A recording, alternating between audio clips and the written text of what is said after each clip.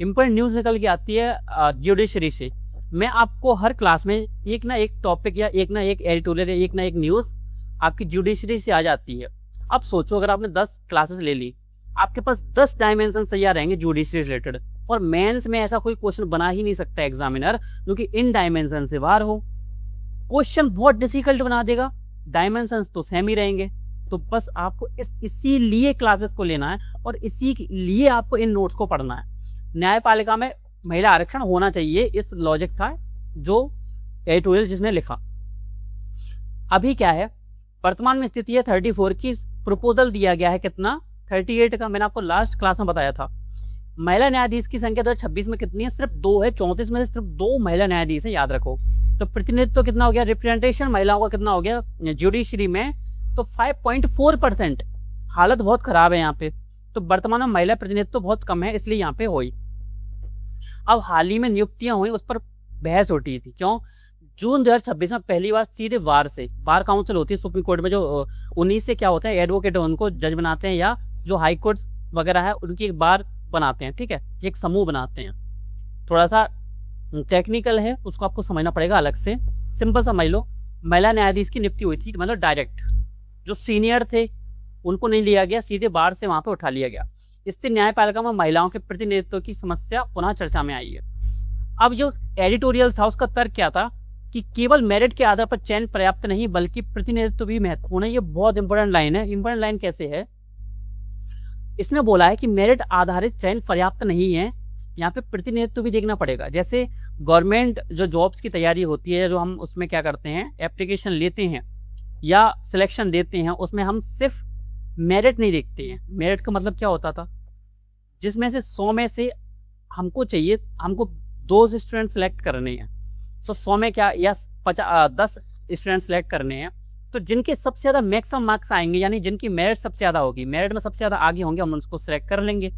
लेकिन हम बात करते हैं, क्योंकि हम इंडिया में रहते हैं, हम प्रतिनिधित्व या रिप्रेजेंटेशन पर भी बात करते हैं, जिसको हमारा जो फॉर्मूला है वो है हमारा रिजर्वेशन।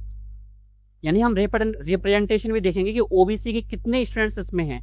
27% को हमको उसमें भरना पड़ेगा, भले ही हमको 5 नंबर वाला स्टूडेंट्स लेना पड़े।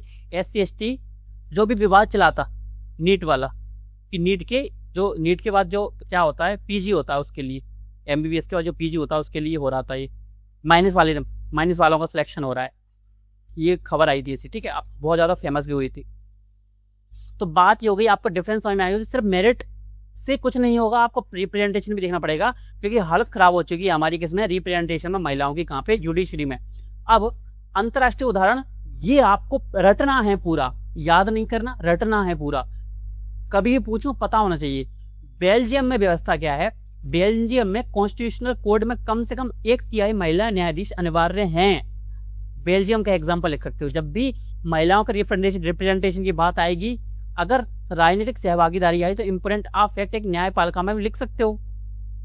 और न्यायपालिका रिलेटेड क्वेश्चन आ जाए तो आप ये भी लिख सकते हो कि न्यायपालिका में समस्याएं क्या क्या है इस टाइम पे। तो आप बोलोगे रिप्रेजेंटेशन में समस्या है।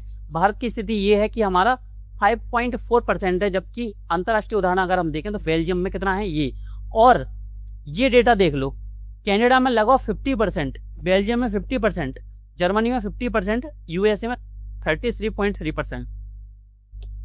हमारे पड़ोसी देश को देख लो, नेपाल में 17% क्या है रिप्रेजेंटेशन है महिलाओं का, हमारे यहाँ 5.4% है। सभी देशों को याद मत रखना, सिर्फ 2 देशों को याद रख लो, कनाडा का रख लो या USA के रख लो। कनाडा का सबसे ज़्यादा कनाडा और बेल्जियम का याद रख लो, या जर्मनी, किसी एक कंट्री का याद रख लो, या 2 कंट्रीज का याद रख लो बस, और एक नेपाल का याद रख लेना, क्योंकि हमारे पास वाला कंट्रीज है। अब न्यायपालिका में कम प्रतिनिधित्व के कारण क्या है वो पता होना चाहिए। बार से महिलाओं की सीमित प्रगति, क्योंकि ऐसा माहौल बना दिया था कि महिलाओं को आगे बढ़ने ही नहीं दिया जाता, क्योंकि ज़्यादातर पुरुष बैठे हुए हैं। कॉलेजियम प्रणाली में विविधता का अभाव है। अब कॉलेजियम प्रणाली क्या होती है, जो कॉलेजियम सिस्टम होता है, अगर आपने पॉलिटी पढ़ी होगी, अगर नहीं पढ़ी हो तो कोई प्रॉब्लम नहीं है, पॉलिटी पढ़ोगे तो आपको समझ में आएगा कॉलेजियम सिस्टम किस तरीके से काम करता है, और जो हमारे जजेस होते हैं उनकी जो नियुक्ति होती है वो किस तरीके से होती है। तो जिस तरीके से होती है उस सिस्टम को कॉलेजियम प्रणाली बोलते हैं। उसमें विविधता का अभाव कैसे है, इसमें महिलाएं ही बहुत कम है। तो ये महिलाओं से संबंधित फैसले लेंगे कि महिलाओं को बढ़ावा देने के लिए फैसले लिए जाएंगे, तो फैसले भी कम लिए जाएंगे। जितनी ज़्यादा डाइवर्सिटी होती है और ट्रांसजेंडर हैं उनकी तो एक भी नहीं है। उच्च न्यायालयों में कम महिला न्यायाधीश हैं। अब न्यायाधीश बनते हैं सुप्रीम कोर्ट में, तो वो कहाँ से बनेंगे? उच्च न्यायालयों के जो एक्सपीरियंस वाले जो जजेस होते हैं, ठीक है, वो तो कम महिला न्यायाधीश है, वहां पर ही महिलाएं कम है, यानी वहां तक भी नहीं पहुंच पाए महिलाएं, तो सुप्रीम कोर्ट तक कैसे पहुंच पाएंगे? थर्ड पॉइंट ये है। फोर्थ पॉइंट है न्यायिक करियर और पारिवारिक जिम्मेदारियों के बीच संतुलन की चुनौती। एक महिला है, वो न्यायिक करियर देखे, जुडिशियल उसका कैरियर है, उसको कहाँ पहुंचना है, उसका कैरियर है लाइफ का वो, और एक फैमिली जो रिस्पॉन्सिबिलिटीज हैं उसको निभाना है, और है वरिष्ठता आधारित पदोन्नति प्रणाली। वरिष्ठता, जो वरिष्ठ हैं उनको देखा जाता है, और वरिष्ठ में अगर हम देखें मैक्सिमम जनसंख्या किसकी है? पुरुषों की है, तो पुरुष वरिष्ठ होते हुए आगे निकल जाते हैं और महिलाएं रह जाती हैं। अब मैंने क्या बोला? क्रिटिकल थिंकिंग इम्पोर्टेंट है अगर मेंस के लिए पढ़ना है तो।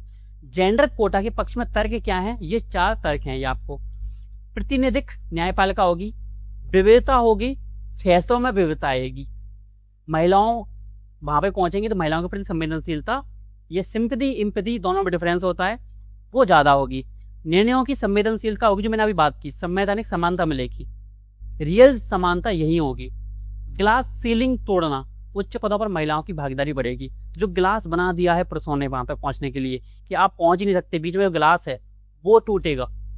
और जेंडर कोटा के विरोध में सर क्या है, ये भी आपको ही पता होना चाहिए कि मेरिट सर्वोपरि होनी चाहिए न्यायपालिका में।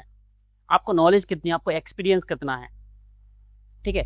कोटा से न्यायिक स्वतंत्रता पर प्रश्न उठ सकते हैं कि आप कम एक्सपर्ट जजेस को ले रहे हो। कॉलेजियम प्रक्रिया में हस्तक्षेप का खतरा है।